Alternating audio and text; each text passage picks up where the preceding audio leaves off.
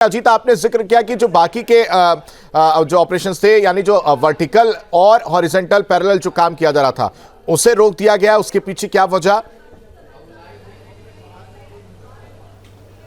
नहीं, उसके पीछे वजह यह है कि चूंकि वो बहुत लंबा प्रोसेस है। हॉरिजॉन्टल का एक ऑपरेशन इस समय चल रहा है जिसको रेल विकास निगम कर रहा है, बाकी उधर से टीएचडीसी और ओएनजीसी वो खुदाई भी कर रहे हैं। लेकिन चूंकि सबका ध्यान यहाँ पर केंद्रित हो गया है, यही सबसे मेन सेंटर है जो अंदर से अमेरिकन नागर मशीन कर रही है। लेकिन इस समय मशीन चल रही है या रुकी हुई है, ये यहाँ पर बताने के लिए कोई तैयार नहीं है। रात में भी हर्डल्स पैदा हुई थी, तो वो लोहे को काट करके फिर उसका रास्ता बनाया गया, उसमें काफ़ी समय लगा। अभी भी स्थिति रात वाली बनी हुई है, मशीन चली फिर रुकी और फिर चलती है फिर रुकती है। बीच में कई सारी ऐसी चट्टानें आ रही हैं जिसको काटने में, जिसको आगे धकेलने में, मलबा निकालने में परेशानी आ रही है।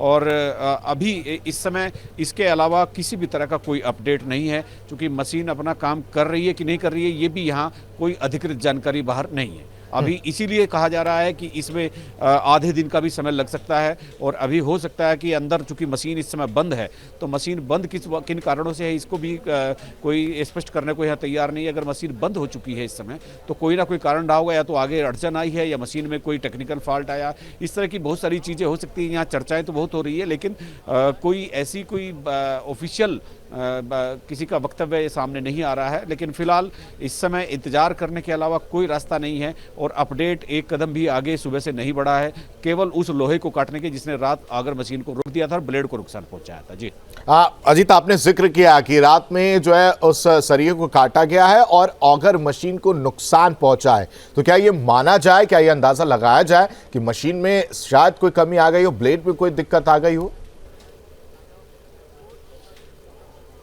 नहीं, ब्लेड उनके पास स्टैंड बाई में रखे हैं। ब्लेड में रात दिक्कत आई थी, उस ब्लेड को हटाकर नया ब्लेड लगा दिया गया था, क्योंकि यहाँ सारे ही पार्ट्स जो है स्टैंड बाई में रखे गए हैं और उससे कोई ऐसी कोई दिक्कत आने वाली नहीं है। पार्ट्स इनके पास हैं, लेकिन अगर कोई टेक्निकल फॉल्ट आएगा, उसके एक्सपर्ट भी यहाँ हैं। लेकिन हर चीज़ में समय लगता है। आप पार्ट्स बदलते हैं तब भी समय लगेगा, आप कोई तकनीकी खामी दूर करते हैं तब भी समय लगेगा। लेकिन इस समय स्थिति दूसरी तरह की बनी हुई है।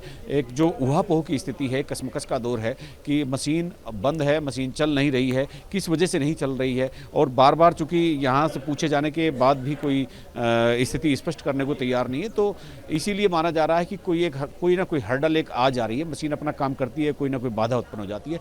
लेकिन फिर भी आज अभी आधे दिन का काम ये अभी बचा हुआ है। अभी जिस तरह की परिस्थिति यहाँ पर पैदा हो गई है, उससे यही लगता है, चूंकि अगर अभी एक आध घंटे में 2 घंटे में पाइप पुश भी हो जाते हैं, उनको निकालने में फिर लगेगा, वो एक प्रोसेस होगा, किस टेम्परेचर से बाहर के टेम्परेचर में आएंगे, तो अभी समय लगेगा। लेकिन मशीन अपना काम करे तो तब आप समझिए कि ये ऑपरेशन ओवर हो गया है। उम्मीद तो आज है कि आज ये दोपहर तक खत्म हो जाएगा। जी अजीत, आप हमारे साथ बने रहिए, हम दर्शकों को अपडेट देते हैं कि इस वक्त जो अपडेट निकलकर सामने आ रही है, जैसा कि अजीत बता भी रहे कि अभी मशीन को लेकर कोई जानकारी देने को वहां पर तैयार नहीं है कि क्या वापस ड्रिलिंग का काम शुरू किया गया या नहीं, ये बड़ा सवाल है। और लगातार न्यूज स्टेट की टीम ग्राउंड जीरो पर मौजूद है और ये जानने की कोशिश कर रही है, समझने की कोशिश कर रही है कि क्या ड्रिलिंग का काम शुरू हुआ है या नहीं, क्योंकि वहां से कोई भी अधिकारी, कोई भी जिम्मेदार जो लोग हैं, वो ये बताने को तैयार नहीं है कि ड्रिलिंग का काम शुरू हुआ है या नहीं।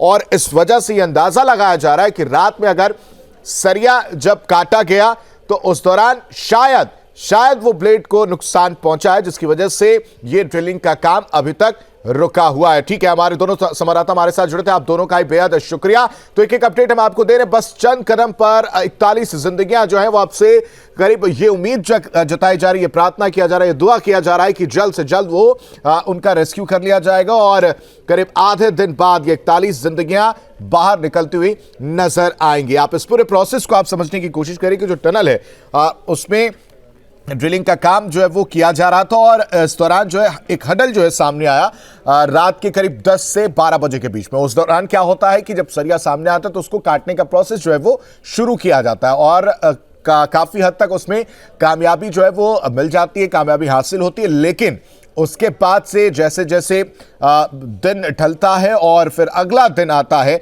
और जिसमें उम्मीद जताई जाती है अगले दिन के साथ, उसमें यह अपडेट सामने निकल कर आ रहा है कि अभी तक जो ड्रिलिंग का काम था वो शुरू नहीं हुआ है। और जब इसको लेकर सवाल पूछा जा रहा है, जब न्यूज स्टेट की टीम वहां पर मौके पर जिम्मेदार लोगों से सवाल पूछ रही है कि ड्रिलिंग को लेकर क्या अपडेट है, क्या ड्रिलिंग शुरू की गई या नहीं की गई, दोबारा से इसको लेकर कोई भी कुछ बताने को तैयार नहीं है, जिसकी वजह से अब क्या होगा कि आने वाले समय में कुछ और ज्यादा वक्त लग सकता है। यानी करीब दोपहर का वक्त जो है वो देखने को मिल सकता है, जब ये रेस्क्यू ऑपरेशन में थोड़ी सी तेजी एक बार फिर से देखने को मिले और 41 जिंदगियों को बचाया जा सके, उनको बाहर निकाला जा सके। तो थोड़ा दम और फिर जीत जाएगी जिंदगी।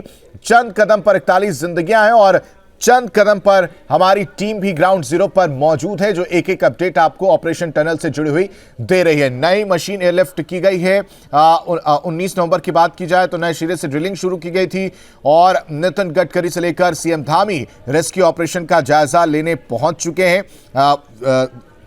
वीके सिंह पहुंचे हुए थे, उन्होंने भी रेस्क्यू ऑपरेशन का जायजा लिया, किस तरह की परेशानी उनको समझते हुए नजर आए थे। इस वक्त अगर बात की जाए तो एनडीआरएफ की लगभग 15 सदस्यीय टीम जो है सिलक्यारा टनल के अंदर पोजीशन लेकर बैठी हुई है। 800 mm के करीब जो है पाइप से ड्रिलिंग पूरी होती हुई ये टीम अंदर जाकर 41 लोगों को जो है उस पाइप के जरिए निकालेगी।